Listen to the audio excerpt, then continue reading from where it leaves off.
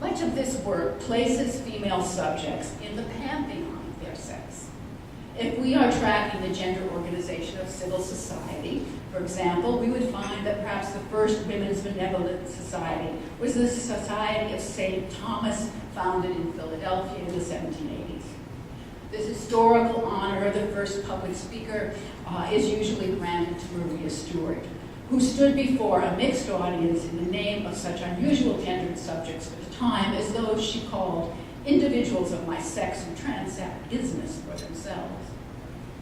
The past experience of most African American women also puts in question the division between public and private. Historians like Alice Barclay Brown, Margaret Jones, Erica Armstrong Dunbar have shown how African American women and men cohabited a common public realm. As early as 1830, when women were denied seats in an African American political meeting, they reassembled outside and hired themselves their own hall. With emancipation, women and men commingled in the capacious spaces of African American politics, in the churches, outdoor meetings, exuberant public rallies. And these assemblies, more often than any other American political venue, issued a call for the equality of the sexes. Such was the message etched in the masthead of Frederick Douglass's North Star. Right is of no sex, truth is of no color. At a meeting of African Americans in 1848, and this is an African American meeting, not Seneca Falls, Douglass proclaimed outright that, quote, we fully believe in the equality of the sexes.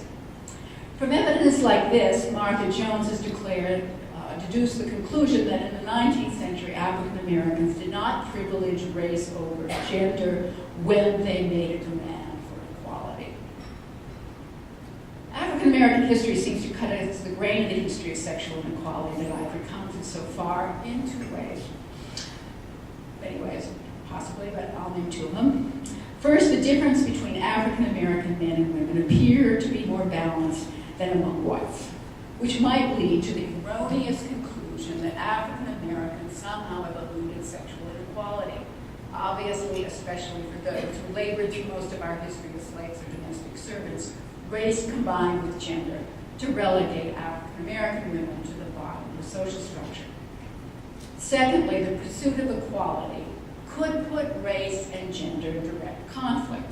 The chief case in point is that moment after the Civil War when Frederick Douglass, among others, proclaimed the Negro's Hour and subordinated women's rights to the pursuit of the franchise for African American men.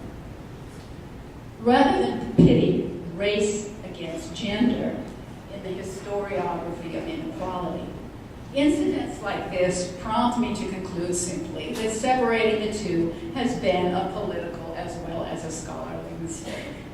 The pursuit of racial equality for one sex only did not prove effective politics. It left gender inequity to handicap the first civil rights movement. African American men were robbed of their hard-won franchise by a campaign of terror that drew heavily on gender differences, especially the pretense that helpless, disenfranchised white women needed the protection of the male voters who created the lily white Southern Democratic Party. More recent history offers a converse proposition that political movements and policies that target gender and racial inequality together can yield a major payoff.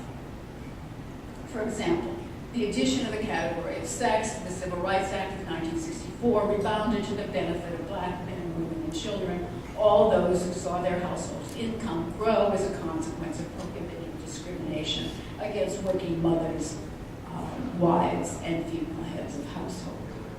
African American history presents an especially illuminating example of how race and gender came together to tighten the grip of inequality. Maria Stuart and Frederick Douglass knew this because they saw women and non-whites summarily excluded from the egalitarian promises of the American Republic, and at about the same moment. Soon after the nation's founding, both women and racial others were stranded outside the privileged circle of Western democracy and enlightenment, denied votes, liberties, custody of their children, and a voice in the public square. All this occurred at a time when white males were winning the title to full citizenship, democratic participation, and equality of opportunity, regardless of class or creed. As Lisa Loeb movingly writes, every narrative articulation of freedom, and I would write in equality there, is haunted by its burial, by the violence of forgetting. What we know as race or gender are traces of this modern humanist forgetting. Translating this into mundane advice to historians, I would say that we should not forget, but should rather studiously remember the inequalities of the sexes, for they still haunt the relations of race and class as well as gender. In our own parlous time, when by many measures gender differences and sexual inequality have diminished, many inequities remain, be they measured in 77 cents on a dollar of wages, or 6 hours more a week of housework, or the almost invisibility of women among the power breakers that are now trying to salvage our world economy. Those inequities are significant both in themselves and because their effect is magnified at the bottom of the social structure, which is overpopulated with racial minorities and sexual minorities.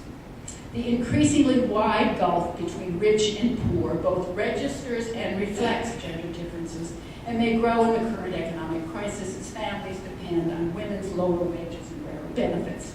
This is no time to retire the concept of equality of the sexes, that venerable theme in women's history and lodestar of American feminism. By extracting the theme of equality from the complex web of women's history, I am obviously making a political judgment. I would focus historians' attention on the equality of the sexes in order to mobilize intellectual and political resources on behalf of women.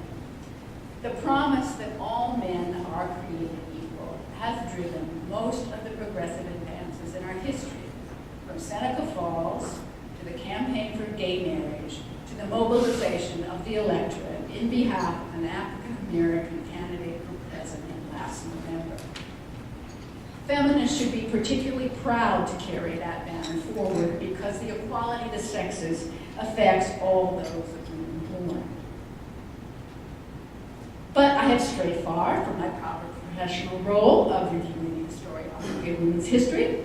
So in closing, I want to place a few research priorities before you. First of all, I would like to see my quick and dirty review replaced by an intensive intellectual history of the concept of sexual equality and the silences about sexual equality.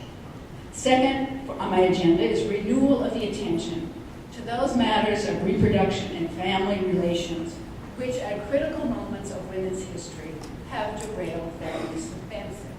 The undertow of domestic ideology and reproductive burdens that curtail the advances of gender equality both after the revolution and during the progressive era could rise up to block the advances of women once again, particularly at this economic moment.